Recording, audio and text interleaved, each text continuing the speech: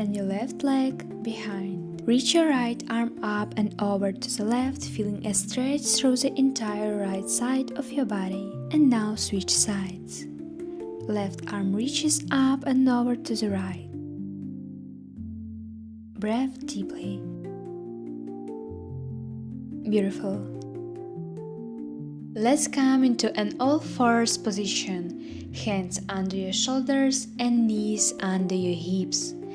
We're starting with our left leg. Extend the leg straight back, draw your left knee in toward your forehead, curling in, and then extend the leg back again. Let's repeat this 6 more times. We're creating the movement from our core, as if you want to bring your chest closer to your pelvis. Stay with your breath. When you extend the leg back, make sure your spine is long. No arching through the lower back.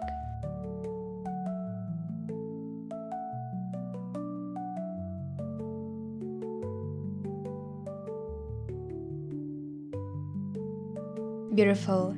Come back to your starting position.